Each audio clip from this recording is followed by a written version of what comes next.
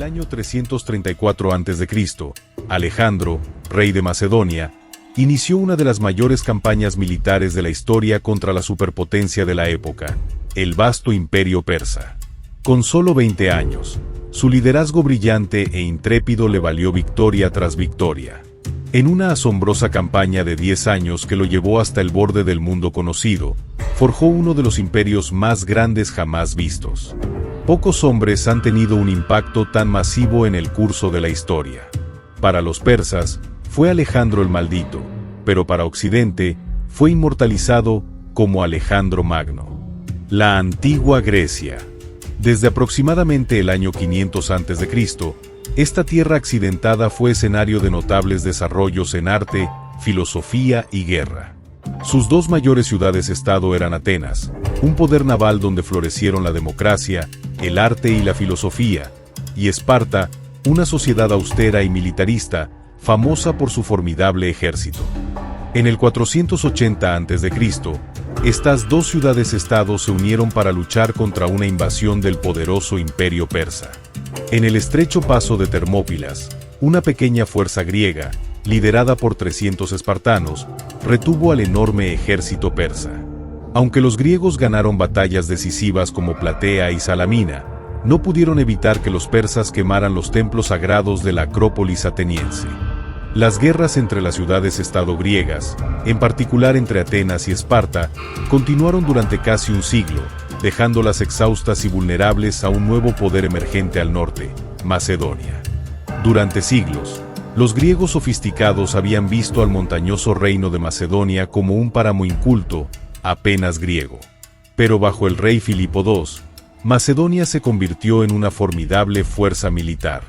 Su reforma más famosa fue la introducción de la zarisa, una pica de 18 pies, el doble de larga que la lanza griega normal, empuñada por infantería entrenada en una formación cerrada conocida como falange.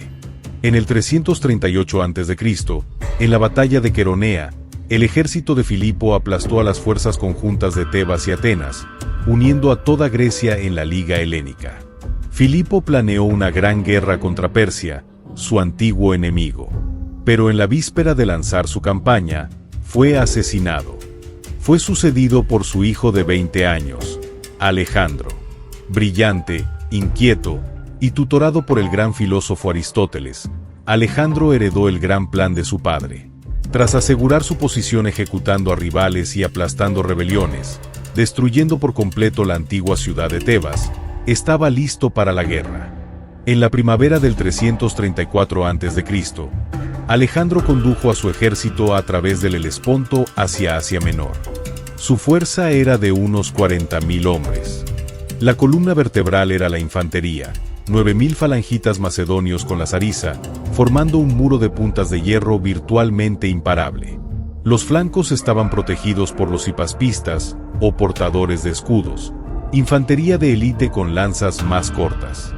Las tropas de choque del ejército eran la caballería de compañeros, 1.800 jinetes de élite armados con lanza y espada, liderados por el propio Alejandro. Este era el martillo que golpearía después de que la falange actuara como el yunque. La primera línea de defensa persa, los sátrapas de Asia Menor, decidió enfrentarse a Alejandro en el río Gránico, rechazando el consejo de Memnón de Rodas de usar una estrategia de tierra quemada. El ejército persa, en su mayoría caballería, se formó detrás del río.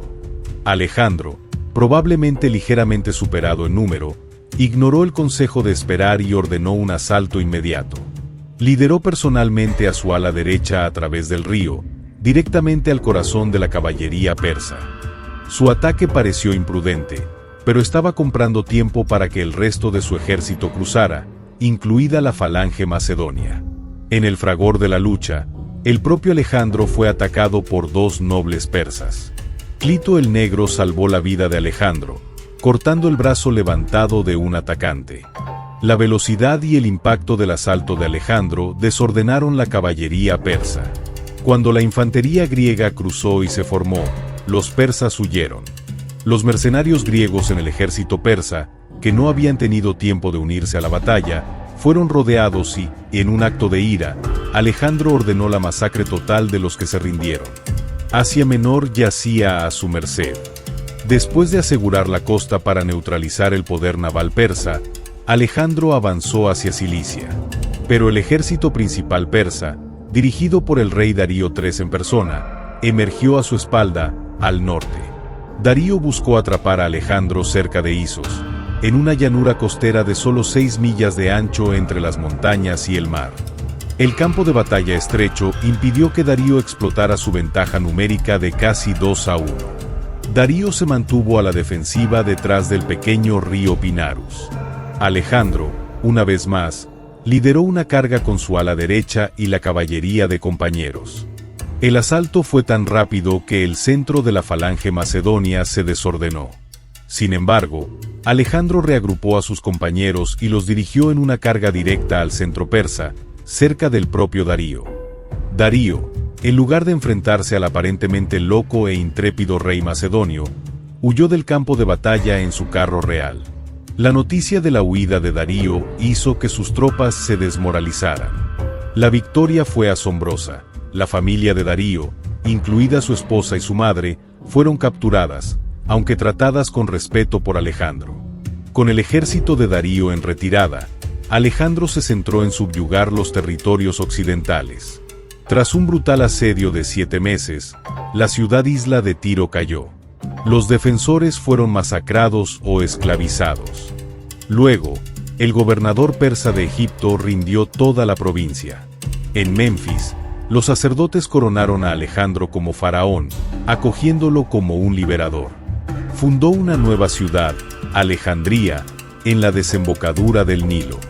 Su viaje al oráculo del desierto de Siba fue trascendental. Según algunas versiones, los sacerdotes lo aclamaron como hijo de Amón, rey de los dioses.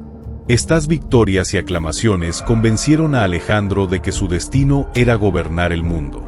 Cuando Darío le ofreció paz a cambio de su hija en matrimonio y la mitad de su imperio, Alejandro respondió: no quería la mitad, vendría a tomarlo todo. En el 331 a.C., Alejandro se dirigió a las tierras centrales persas. Darío había reunido un ejército masivo, de entre 50.000 y 80.000 hombres, en Gaugamela, cerca del actual Mosul, Irak, eligiendo un terreno abierto para aprovechar su superioridad numérica y la efectividad de sus carros con guadañas. Alejandro ejecutó una maniobra inusual, llevando a su ala derecha hacia afuera para provocar que el flanco persa se extendiera y, lo más crucial, debilitara su centro. Cuando vio que el centro persa se había abierto, ordenó a su caballería de compañeros y a partes de la falange una carga frontal directamente contra la brecha. La ferocidad del asalto sumió a los persas en pánico. Una vez más, el rey Darío III lideró la retirada. Mientras tanto, el ala izquierda de Alejandro estaba en serios problemas, casi rodeada por la caballería persa. Alejandro abandonó la persecución de Darío y cargó contra el flanco derecho persa, en la lucha más dura y sangrienta de la batalla. La batalla de Gaugamela fue una victoria impresionante y completa. Alejandro había destrozado el gran ejército de Darío, y el camino a Babilonia estaba abierto. Alejandro entró triunfalmente en Babilonia y luego en Susa. Finalmente, llegó a Persépolis, la capital ceremonial. En un acto de represalia por la quema de Atenas en el 480 a.C., ordenó que la gran ciudad fuera saqueada y quemada. Alejandro continuó la persecución de Darío, quien había huido al este. Sin embargo, antes de que Alejandro pudiera capturarlo, el rey persa fue asesinado por uno de sus propios gobernadores, Besos. Alejandro ordenó que Darío fuera enterrado con todos los honores reales junto a sus antepasados, presentándose a sí mismo como el legítimo sucesor del imperio. Ahora, su objetivo era perseguir y matar al usurpador Besos, y someter las provincias orientales. Alejandro Magno murió invicto en batalla, a la edad de solo 32 años, en Babilonia. La causa, ya sea enfermedad o veneno, nunca se estableció. Su reputación como un comandante militar brillante, intrépido y audaz permanece incólume. Su campaña de una década creó uno de los imperios más grandes jamás conocidos, desde Grecia hasta el actual Pakistán. Aunque fue vasto e inestable, los asombrosos logros de su corta vida marcaron el comienzo de la era helenística, un periodo en el que las ideas, la ciencia y la lengua griegas se extendieron y se fusionaron con las tradiciones locales, cambiando para siempre el curso de la historia.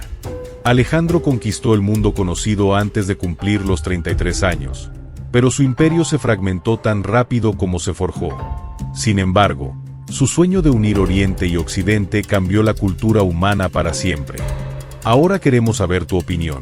¿Crees que Alejandro fue el mayor genio militar de la historia o un tirano implacable consumido por su propia ambición? ¿Y qué teoría sobre su misteriosa muerte te convence más? ¿Enfermedad o asesinato? Escribe tu respuesta en los comentarios. Leemos los mejores. Si te ha fascinado esta historia, no olvides darle like a este video. Nos ayuda muchísimo a seguir trayendo documentales épicos como este. Y si aún no lo has hecho, suscríbete al canal y activa la campanita para no perderte nuestro próximo viaje por la historia.